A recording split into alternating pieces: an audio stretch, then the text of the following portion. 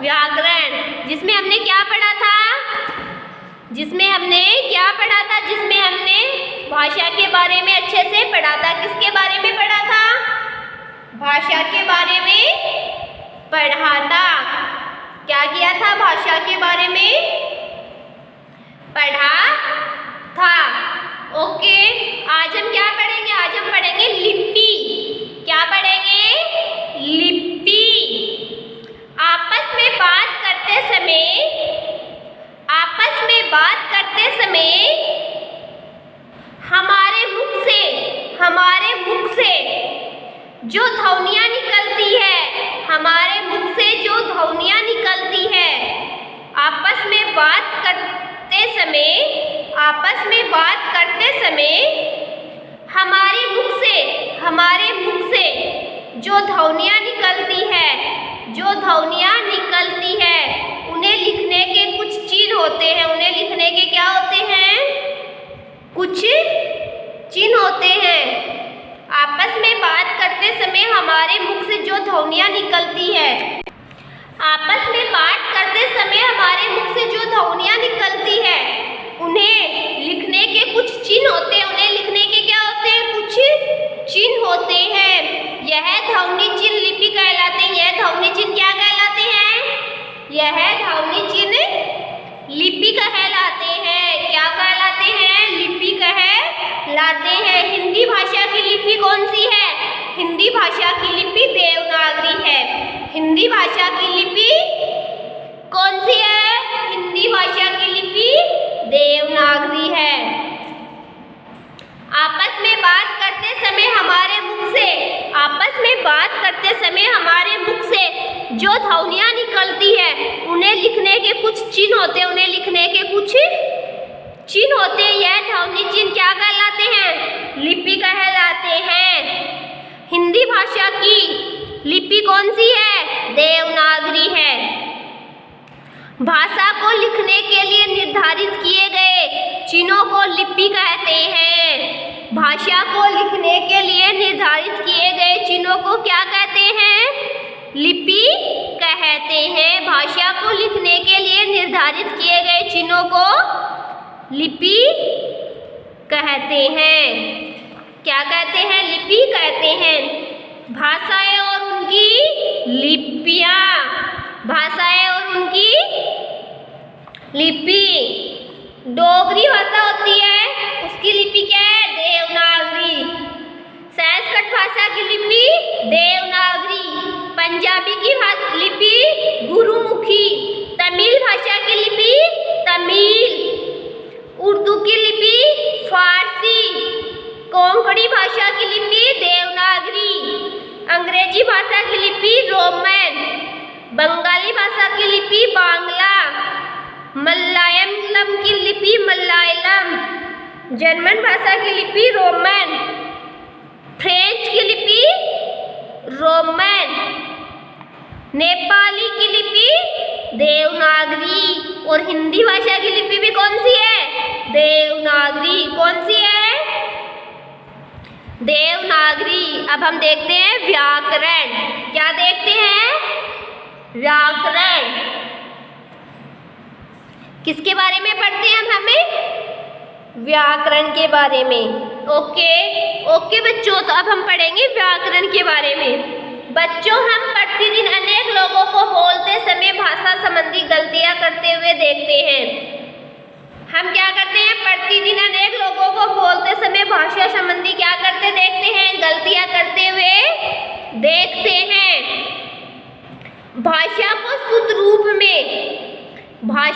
शुद्ध रूप में बोलने, लिखने और समझने के लिए व्याकरण का ज्ञान होना क्या है? अत्यंत आवश्यक है। व्याकरण का ज्ञान होना अत्यंत आवश्यक है। क्या है? अत्यंत आवश्यक है। उपयुक्त तीनों ही वाक्य गलत और अशुद्ध है। सही और शुद्ध रूप में लिखने के लिए व्याकरण के नियमों का पालन करना आवश्यक है। उसके बाद वे वाक्य शुद्ध रूप में इस प्रकार लिखे जाते हैं। आओ दादी तुमका शेर को ले चलूं। तो इसका शुद्ध रूप क्या है? आओ दादी जी मैं आपको शेर पर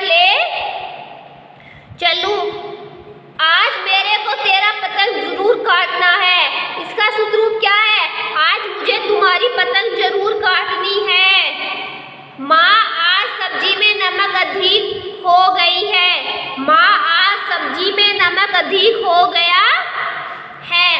तो ये क्या है? क्या है ये? इसका शुद्ध रूप है। क्या है? शुद्ध रूप है।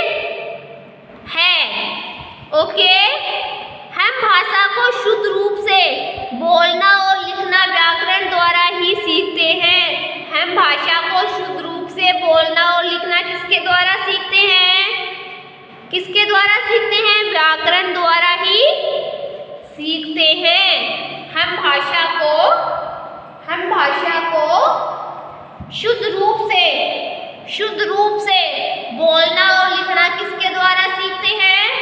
व्याकरण के द्वारा ही सीखते हैं। इस प्रकार भाषा के शुद्ध रूप का ज्ञान कराने वाले शास्त्र को क्या कहते हैं? भाषा के शुद्ध रूप का ज्ञान कराने वाले शास्त्र को हम क्या कहते हैं? व्याकरण कहते हैं। भाषा के शुद्ध रूप का ज्ञान कराने वाला शास्त्र क्या कहलाता है? क्या कहलाता है? व्याकरण कहलाता है। किसके द्वारा होता है शुद्ध रूप का ज्ञान? व्याकरण के द्वारा। किसके द्वारा? व्याकरण के द्वारा।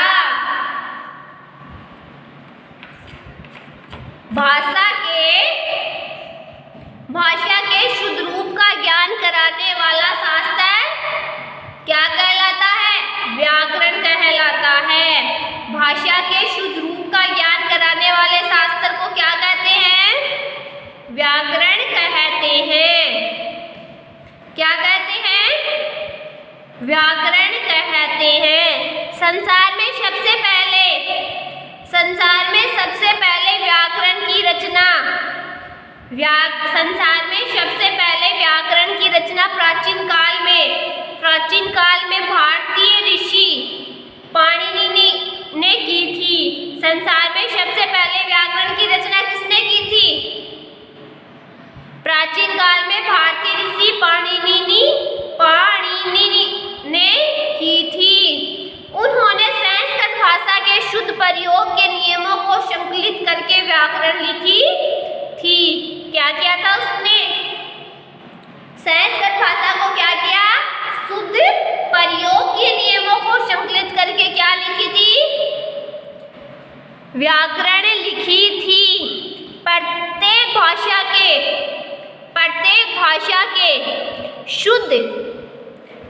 भाषा के शुद्ध बोलने और लिखने के नियम अलग अलग होते हैं। प्रत्येक भाषा के शुद्ध बोलने और लिखने के नियम क्या होते हैं?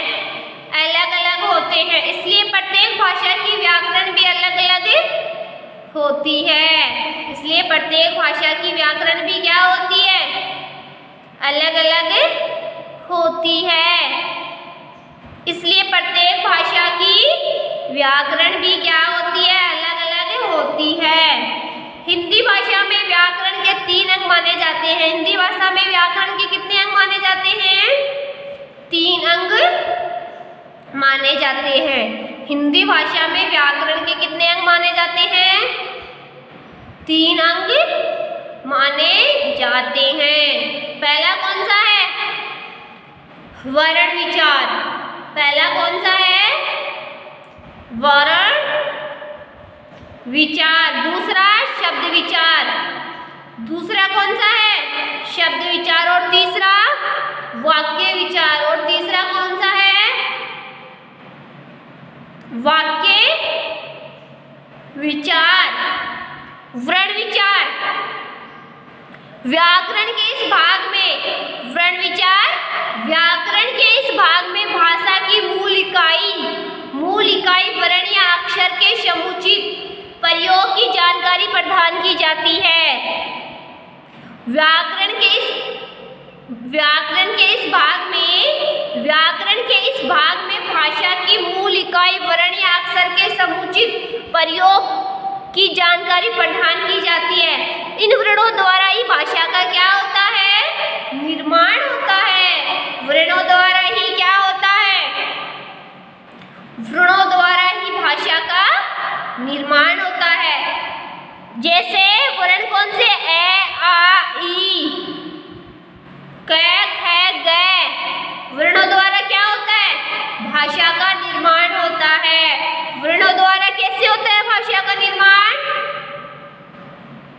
कैसे होता है? भाषा किससे बनती है? भाषा बनाने के लिए क्या बनाने पड़ते हैं हमको? वाक्य बनाने पड़ते हैं। क्या बनाने पड़ते हैं? वाक्य बनाने पड़ते हैं। और वाक्य बनाने के लिए क्या बनाना पड़ता है? शब्द बनाना पड़ता है। क्या बनाना पड़ता है? शब्द बनाना पड़ता है। और शब्द बनाने के लिए क्या बनाना पड़ता है? शब्द बनाने के लिए किसकी जरूरत होती है? वर्ण की जरूरत होती है। किसकी होती है? वर्ण की जरूरत होती है। इसलिए भाषा के लिए क्या जरूरी है? वर्ण जरूरी होता है। अब हम देखते हैं शब्द विचार। व्याकरण इस भाग में वर्णों के उचित मेल से शब्द रचना करना और उनके प्रयोग के नियम सिखाए जाते हैं। शब्द की रचना किसके द्वारा होती है? वर्णों के उचित मेल से क्या होता है? शब्द का निर्माण होता है। जैसे ब, एम, द, ए, रे, बंदर, ये क्या है? ये वर्ण है। वर्ण से क्या बन गया? वर्ण से शब्द बन गया।